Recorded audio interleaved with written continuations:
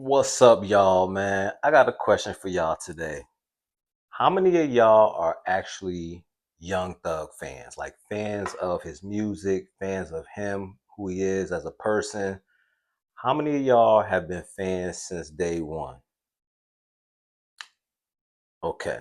How many of y'all have seen his progression, his ascension from the hood to superstar status to all the way to him being locked up and now he's home and witnessing some of the things that he's doing today? Are you still a fan? That's the question I got to ask people because a lot of the things that we see or that is coming out, I don't know who's leaking these jail calls, who's leaking all this information, the back and forth online between him and other people in Atlanta.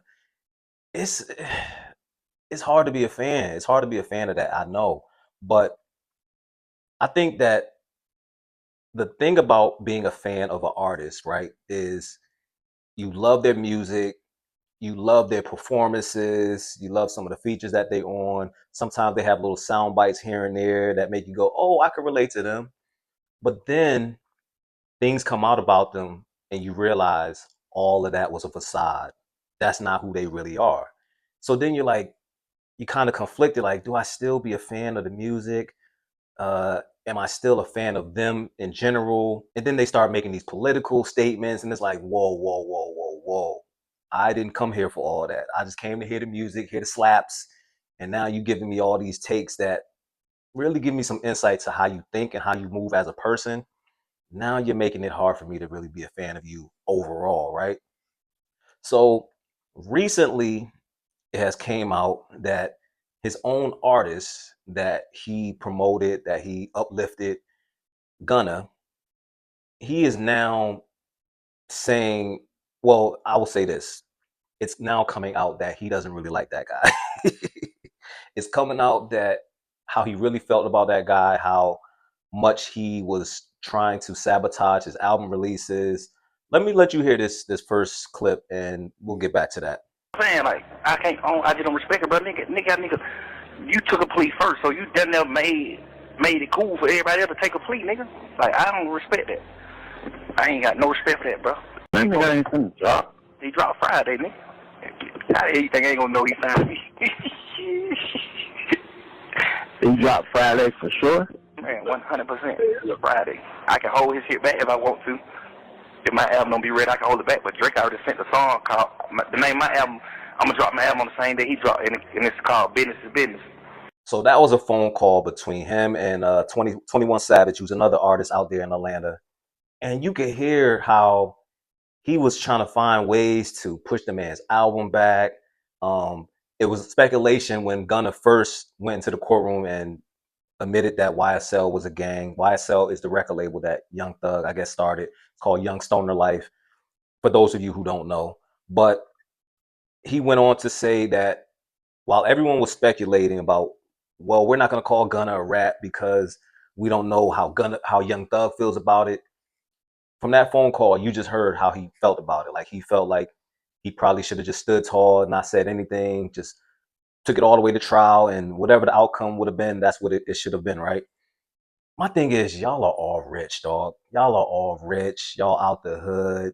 Why are y'all still living by these street codes? Nobody is in jail for the rest of their life, except for a few of the YSL artists or members or whatever the case may be. But the main primary artists that were actually generating revenue for the label, y'all out here chilling, like enjoying life. You free.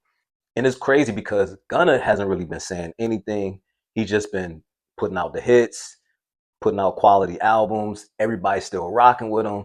So now it's like people rocking with Gunna. They don't care about the rat and snitch allegations. Young Thug, you looking bad because everybody can see like you somewhat of a hater of your own artist. My thing is this, right? As someone who actually was involved in the streets many years ago, once you legitimize yourself and you move yourself away from that environment, you really shouldn't be living by those same codes, man. Like you really shouldn't be holding on to all of the information that's out there about who's doing what, who shot who ratted, who snitched. Like none of that should even matter to you at this point, right? And I'm not even near the level that Young Thug is at as far as financially and level of visibility, but for me, a lot of this stuff is minuscule when you really play back all of the things that's transpiring online, on the internet, people reporting on it. You like, are y'all serious, man? Another artist that Young Thug had a relationship with is Lil Baby. And also in these calls, you can hear him speaking on Lil Baby's relationship with QCP, who was the owner of Quality Control Records, which had the Migos, it had Lil Baby, and it had the City Girls, amongst a few other artists. But those are the main artists. And you can hear Young Thug calling QCP a rat because of an incident that occurred many years ago where QCP allegedly gave a statement on the incident. I guess it was some sort of homicide that occurred. And I'm gonna let y'all listen to this tape, and we're gonna get back to that as well. Getting behind your label because of Wham. They not behind your label because no motherfucking Migos. Them niggas in the red. Them niggas ain't making no money, huh? They just like, you pushed up on me knowing you were business with a rat. It's a jazz that smart you mouth can't do that. Yeah. Oh God. But he ain't lying though. He ain't lying. He did. He did the same thing P did. Stood up in court. Man, that was Wham. Man, Wham, that what you ever get too, rocking with the motherfucking rat. And you be preaching about that shit too, man. You can't do that, man. That's a fact, bro. You dead wrong about that anyway. Nigga a rat, bro. So what you heard in that phone call was Young Thug discussing how he felt like Lil Baby should have never been loyal to QCP, who was the record label owner of Quality Control Records. I know, it's confusing as fuck. But Lil Baby had spoken to Scooter Braun, who was Justin Bieber's manager once upon a time, and he wanted to buy Lil Baby out of his record contract.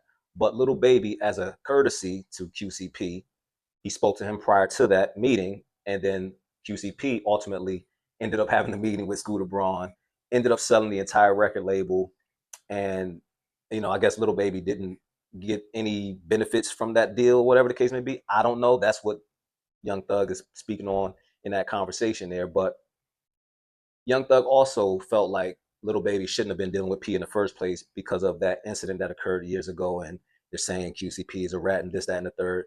It's all confusing in Atlanta, man. But I'm in the media space, so I got to speak on these type of things.